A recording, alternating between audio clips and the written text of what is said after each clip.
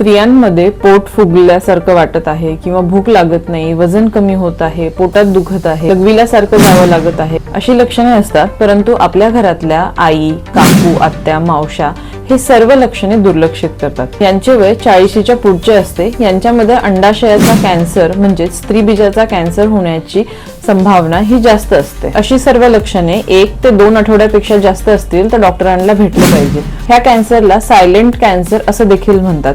Ovarian कॅन्सरचा धोका सर्वात जास्त कोणाला असतो? ज्यांच्या घरात ब्रेस्ट कॅन्सर किंवा ओव्हेरियन कॅन्सरची फॅमिली हिस्ट्री पॉझिटिव्ह असेल त्या फिमेल्समध्ये याचा धोका जास्त असतो. तसेच 40 किंवा 50च्या पुढे गेलेल्या फिमेल्समध्ये देखील याचा धोका जास्त असतो. गर्भधारणा न झालेल्या स्त्रियांमध्ये देखील याची रिस्क जास्त असते. त्यामुळेच घरातील स्त्रियांनी अशी लक्षणे जर असतील तर डॉक्टरकडे जावे. सिंपल सोनोग्राफीने सुद्धा हा कॅन्सर पकडीत येऊ शकतो.